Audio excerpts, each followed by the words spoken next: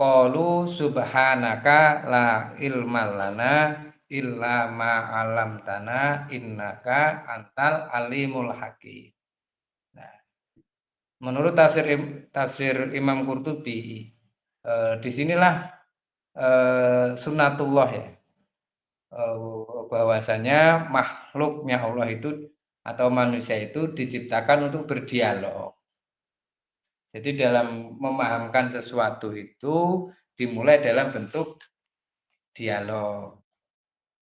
Nah, itu sangat penting dalam ajaran Islam. Jadi ketika kita mau tidak cocok dengan seseorang atau berbeda pendapat dan lain sebagainya, maka gunakanlah dialog. Gunakanlah dialog. Untuk apa? Ya untuk ini. Dan dialog itu berdasarkan apa? Berdasarkan ilmu pengetahuan, berdasarkan ilmu.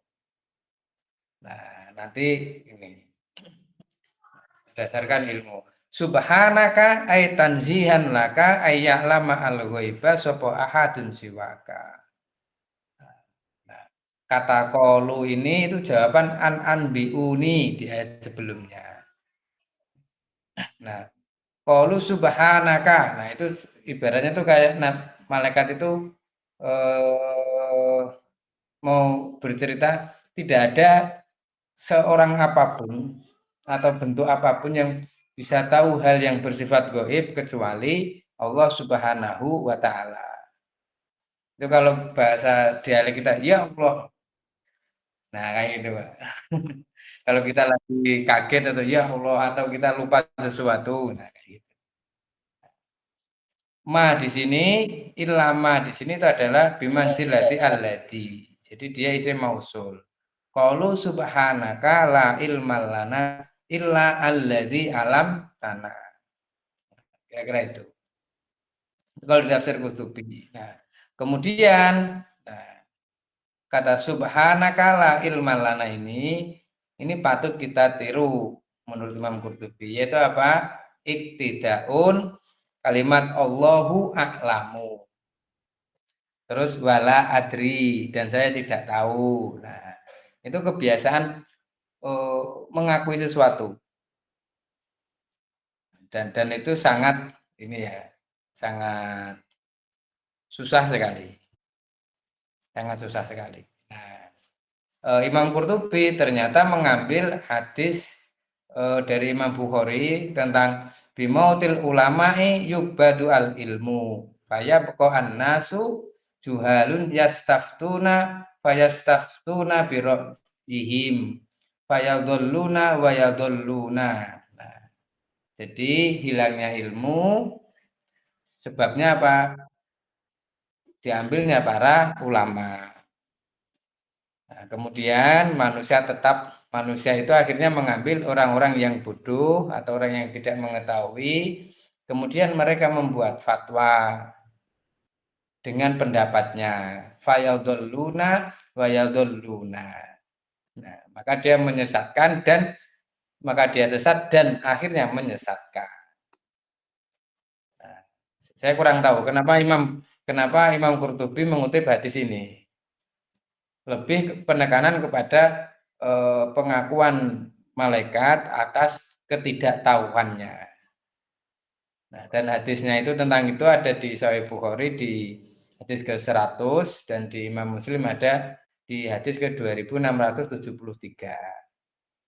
Nah, jadi kebiasaan para pendahulu kita dulu, bahkan termasuk Rasulullah, ketika beliau tidak tahu akan berkata, qala Rasulullah hatta as'ala Jibrila. Tunggu dulu saya akan bertanya kepada malaikat Jibril. Atau Ibnu Umar la ilma li bihi. Saya tidak mempunyai ilmu tentang hal itu. Nah, nah ini pentingnya dialog berdasar kepada ilmu pengetahuan. Nah, kemudian Imam Malik bin Anas itu mengambil dari Ibnu Harmusin ya kalau salah. Yaqulu, nah seharusnya ketika di majelis ilmu atau di majelis-majelis para apa di umat Islam itu yan bagi lil alimi. Nah, seharusnya bagi seyogianya bagi orang yang alim ayu risa mewariskan julusa ahu di majelis-majelisnya man ba'dahu untuk orang sesudahnya yaitu apa? La adri. Nah, jadi ikut majelis apa kita mengkaji setelah pengajian itu semua masalah kita kayak tahu solusinya. Masalah fikih tahu, masalah ekonomi tahu, masalah jodoh tahu, masalah masa depannya tahu. Seolah-olah semua masalah itu nanti diwariskan kepada figur utamanya tadi. Nah, Kenapa itu itu? kata kenapa? Maksudnya itu dalam majelis-majelis diajarkan gitu gitu mas. Nah, menurut Imam Malik, beliau mendapatkan dari gurunya tadi, wariskanlah kepada majelis-majelis ilmu kamu kebiasaan apa? Mempopulerkan kalau saya itu tidak tahu. Semisal saya ditanya bagaimana kalau saya kuliah nanti ambil jurusan bahasa Indonesia. Wah, saya tidak tahu. Tanyakan ke Pak Pran. Masalah pertanian bagaimana di sawah itu? Oh, saya tidak tahu. Tolong tanya ke Mas Ali. Nah, ini juga yang diingatkan Hadratus Syekh Basim Asy'ari ya ketika beliau mengutip beberapa hadis itu tentang apa eh, dasar-dasar ahlus ber-NU itu. Iya Beliau iya. mengingatkan itu di hadis ketiga kalau tidak keempat itu. Eh, sesuatu itu hati-hati kalau diserahkan kepada bukan ahlinya. Kira-kira itu. Bakola Imam Malik mafi zamanina syai'un aqallu minal ansofi. Nah, sifat-sifat seperti ini menurut Imam Malik di zamannya itu sudah jarang. Nah, akhirnya Imam Qurtubi berkata, bagaimana dengan zaman saya sekarang? Kalau diteruskan, bagaimana dengan kita hari ini?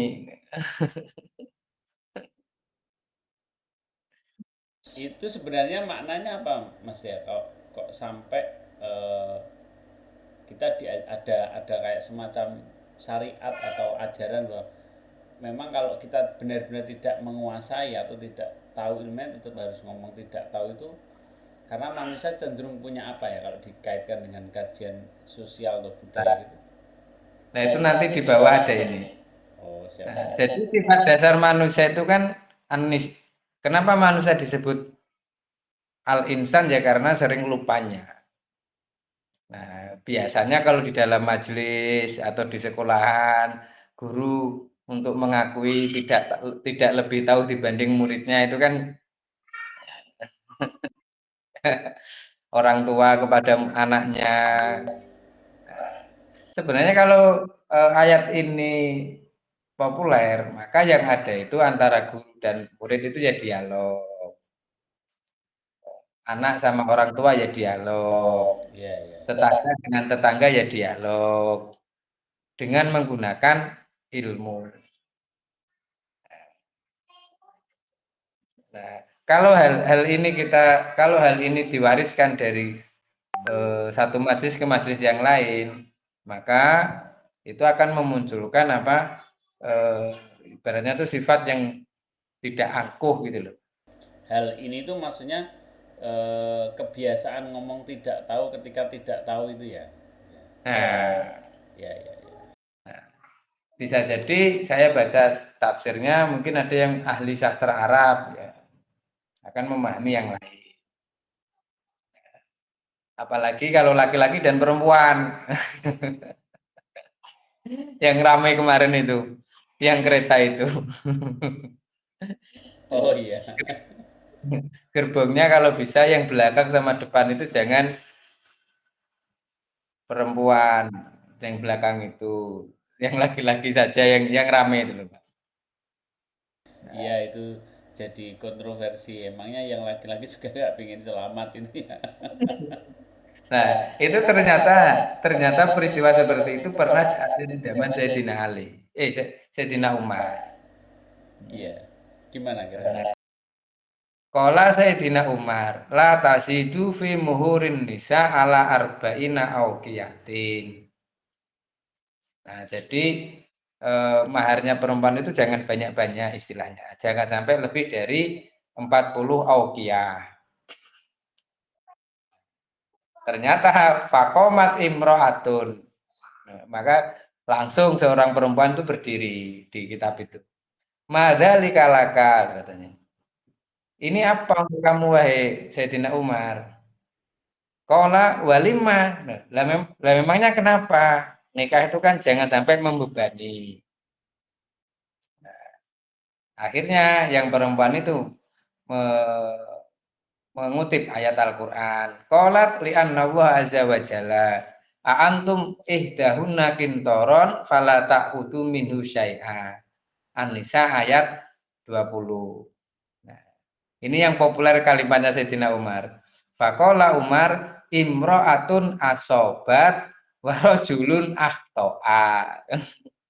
Perempuan itu jelas benernya dan laki-laki jelas salah. Iya, iya, iya. Itu makna asli atau makna sindiran aslinya itu? Iya. Nah, ini bagi yang ahli sastra, yang memahami sastra, insya Allah tahu itu. Nah, langsung menggunakan dalil.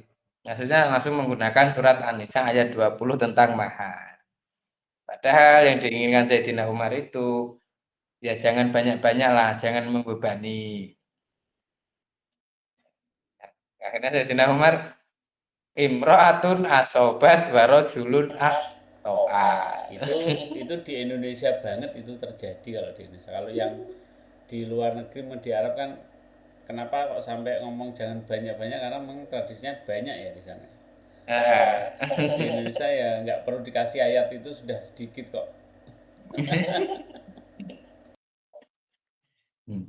Nah, fakola Sayyidina Ali asobta wa akhtotu fauqa kulli di ilmin ali.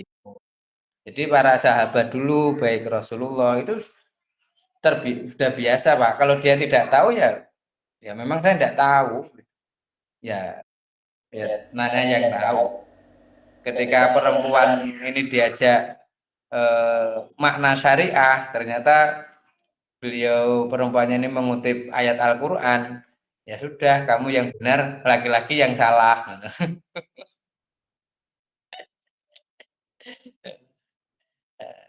Nah, kemudian subhanaka ini mansubun alal masdar. Subhanaka itu jadi dibaca nasab karena menjadi masdar. Al-alimu, lafat al-alim ini lil mubalaghah wa taksir. Nah, jadi banyak sekali pengetahuannya. Fil maklumat. Al-hakimu, lafat al-hakim, maknahu al-hakimu. Nah, maknanya al-hakimu. Wakila bimakna al-mani'i minal fasadi. Dan dikatakan maknanya itu apa? Sesuatu yang mencegah dari kerusakan. Contohnya apa? As-surah al-muhkamah. Nah, kan ada surat al-muhkamah dan mutasyabih. Maksudnya apa? Al-mamnu'atu minat taghir wa tabdil. Tercegah dari perubahan dan penggantian. Nah, di sini baru muncul nanti al-hikmah di sini, Pak. Wal hikmah min hada li'annaha tamna'u sohibaha minal jahli. Nah, kenapa disebut hikmah? Karena mencegah orang dari kebodohan. La ilmalah. Nah, ini dari Imam Qurtubi. Jadi Imam Qurtubi menekankan bahwasanya umatnya Rasulullah itu budayanya itu dialog. dialog dengan ilmu yang mana nanti dia menggunakan dua standar utama, yaitu apa? Al ilmu pengetahuan dan al hikmah. Hikmah itu nanti akan dijelaskan di bawah di apa? Yang dijelaskan tadi di siapa itu? Al Misbah Eh, tadi ya sama di tafsir al misbah Tohir mengambil Nasir. dari Syekh Tohir Tahir Ibn Ibnu Nasir. Ashar. Nah, kebetulan saya juga mengutip itu nanti. Nah, terus la ilma lana illa ma'alam tanah. Nah, ini menurut Imam Ar-Razi di kitab Mafatihul Ghaib. Ya. Tafsirnya ini pasti agak agak beda dikit gitu, Mas. Iya. Punya khas dikit ini. Ada dua pandangan berkaitan ini. Pertama, malaikat itu bertobat dari maksiat. Kok kok bisa gitu ya? Malaikat kok bertobat. Karena di ayat sebelumnya itu loh, Pak. Pernyataan pernyataan apakah nanti akan berbuat, apakah Allah akan menciptakan sesuatu yang merusak di bumi itu. Nah, itu sudah dimanai sebuah kesalahan, makanya dia bertobat gitu ya. Nah, ada dua pendapat di situ. Yang pertama, kalimat la ilma lana illa ma'alam tanah ini sebagai wujud pertaubatan dari dugaan dari para malaikat itu. Yang ini dijawab juga di tafsir Al-Munir tadi. Itu apa? Yang memberitahukan siapa?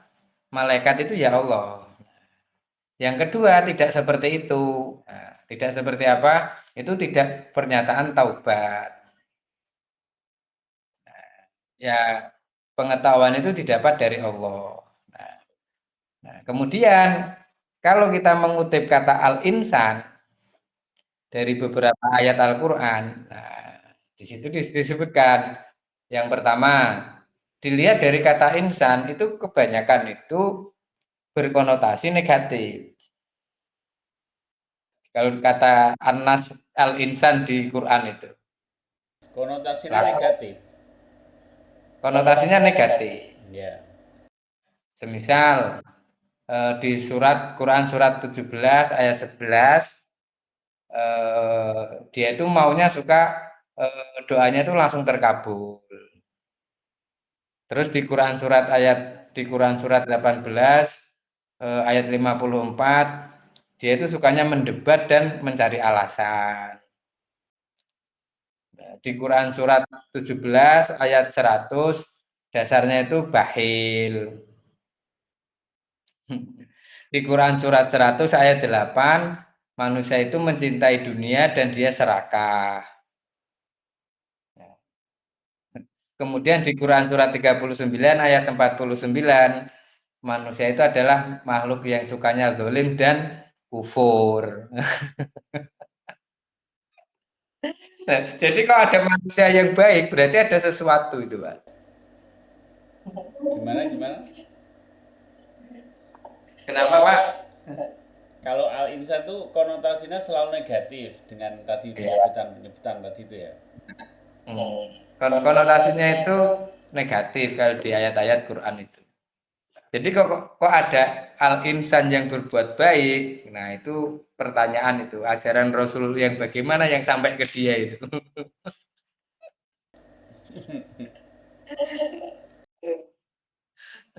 Makanya kira-kira itu. Jadi nanti kalau kita ketemu orang atau ketemu teman, ketemu saudara, ketemu orang tua atau ketemu anak, kok dia bakhil? Ya memang sifatnya al-insan di Quran itu seperti itu. Dasarnya. Nggak usah kaget ya gitu. Ya, memang asalnya seperti itu. Jadi kalau ada manusia yang dermawan, nah, maka dia termasuk yang istimewa. Kok ada manusia tiba-tiba gak ngeyel, gak jawaban, itu ya pertanyaan, Pak. Kenapa kok dia gak ngeyel? Apa dia mau mengambil sesuatu dari temannya tadi? Iya iya iya. Iya. Nah, maksudnya Kemudian apa? Mmm, di ayat ini tuh akhirnya kita sadar, jangan pernah berharap kebaikan dari manusia. Nah, kira-kira itu.